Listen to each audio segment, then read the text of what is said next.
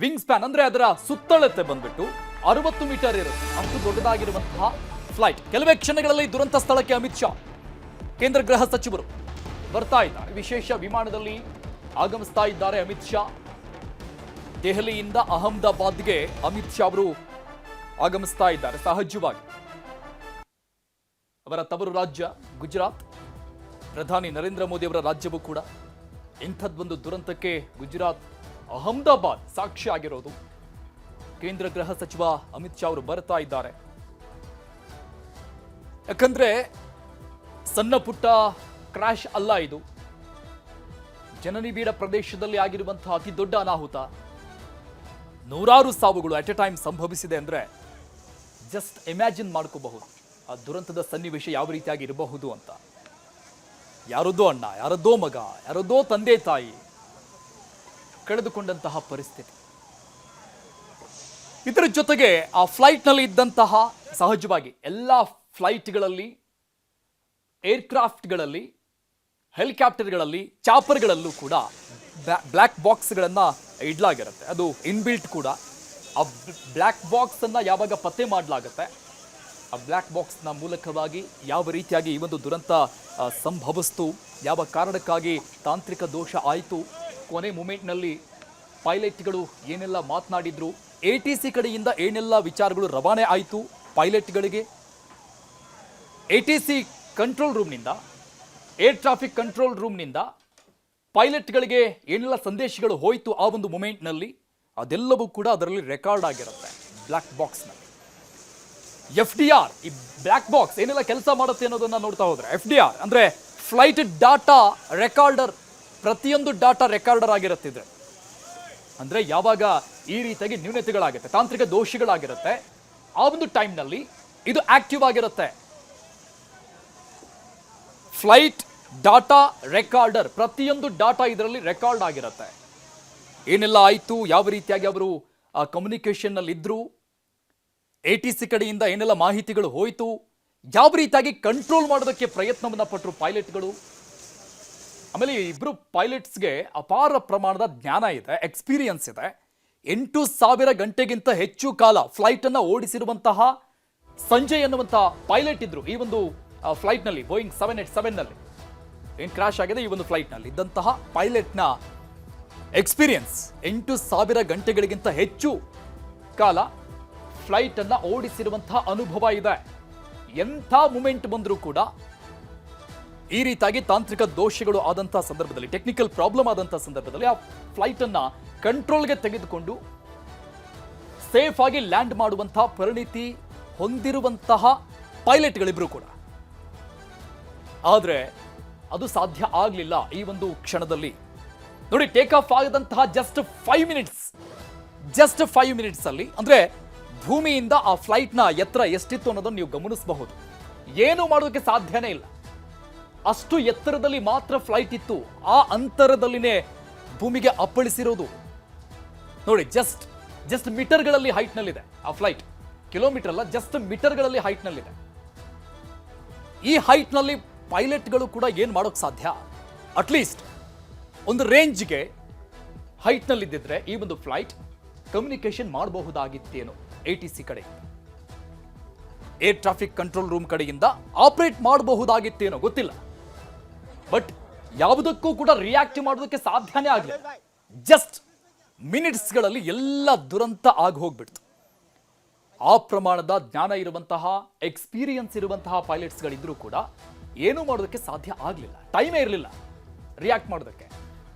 ಇನ್ನು ತಾಂತ್ರಿಕ ದೋಷಗಳು ಆದಂತಹ ಸಂದರ್ಭದಲ್ಲಿ ಸಂಪೂರ್ಣವಾಗಿ ಆ ಫ್ಲೈಟ್ ಅನ್ನ ಇಲ್ಲಿ ಕಂಟ್ರೋಲ್ ರೂಮ್ನಿಂದ ಆಪರೇಟ್ ಮಾಡಲಾಗುತ್ತೆ ATC ಕಡೆಯಿಂದ.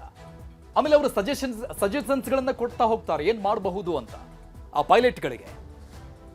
ಯಾವ ರೀತಿಯಾಗಿ ಕಾಮ್ ಆಗಿರಬೇಕು, ಯಾವ ರೀತಿಯಾಗಿ ಲ್ಯಾಂಡ್ ಮಾಡಬಹುದು ಸೇಫ್ ಆಗಿ, ಎಲ್ಲಿ ಲ್ಯಾಂಡ್ ಮಾಡಬೇಕು, ಎಷ್ಟು ದೂರದ ಡಿಸ್ಟೆನ್ಸ್ನಲ್ಲಿ ಫ್ಲೈಟ್ ಹಾರಾಡ್ತಾ ಇದೆ ಭೂಮಿಯಿಂದ.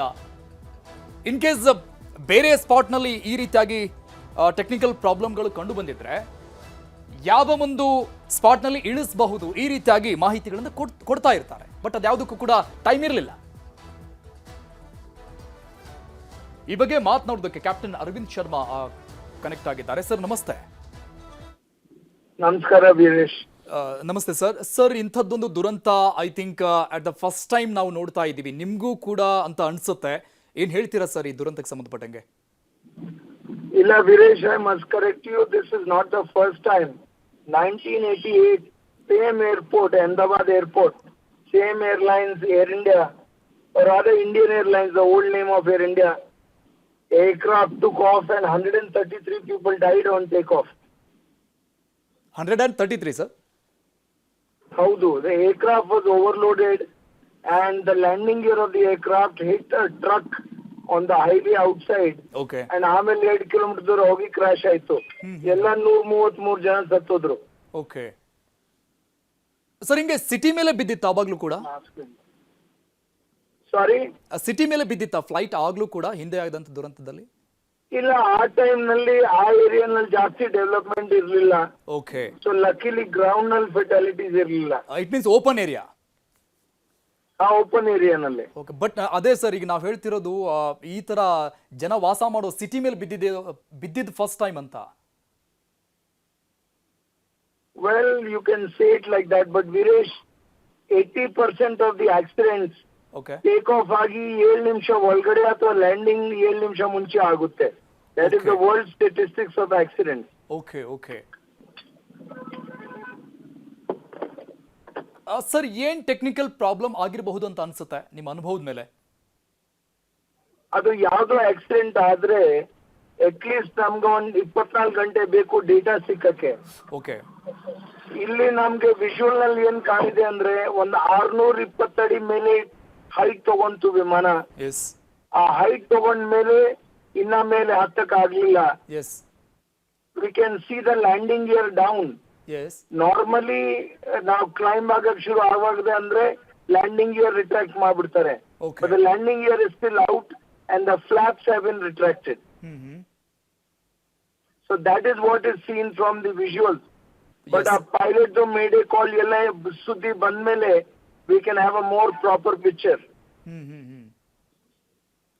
ಅರವಿಂದ್ ಸರ್, ಇದು ಜಸ್ಟ್ ಮೀಟರ್ ಲೆಕ್ಕದಲ್ಲಿ ಹೈಟ್ ಅಲ್ಲಿ ಇದೆ. ನೀವು ಹೇಳ್ದಂಗೆ ATC ಕಡೆಯಿಂದ ಕಂಟ್ರೋಲ್ ಮಾಡಕ್ ಸಾಧ್ಯ ಆಗಲ್ಲ ಅಂತ ಅನ್ಸುತ್ತೆ. ಈ ಹೈಟ್ ನಲ್ಲಿ ಇದ್ದಾಗ ರಿಯಾಕ್ಟ್ ಮಾಡಕ್ ಆಗಲ್ಲ ಅಂತ?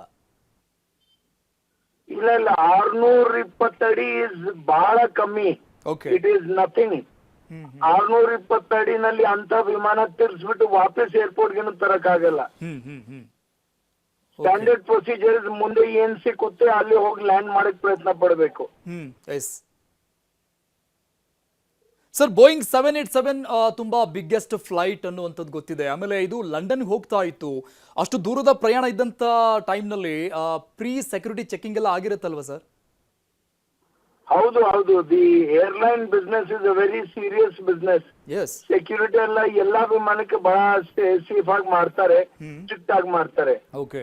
And it would be fully loaded also. 252 passenger. Yes. ಅವ್ರ ಬ್ಯಾಗೇಜ್ ಎಲ್ಲ ನೋಡಿದ್ರೆ, ಫ್ಯೂಲ್ ಎಲ್ಲ ನೋಡಿದ್ರೆ aircraft will be heavy actually. Yes yes yes sir.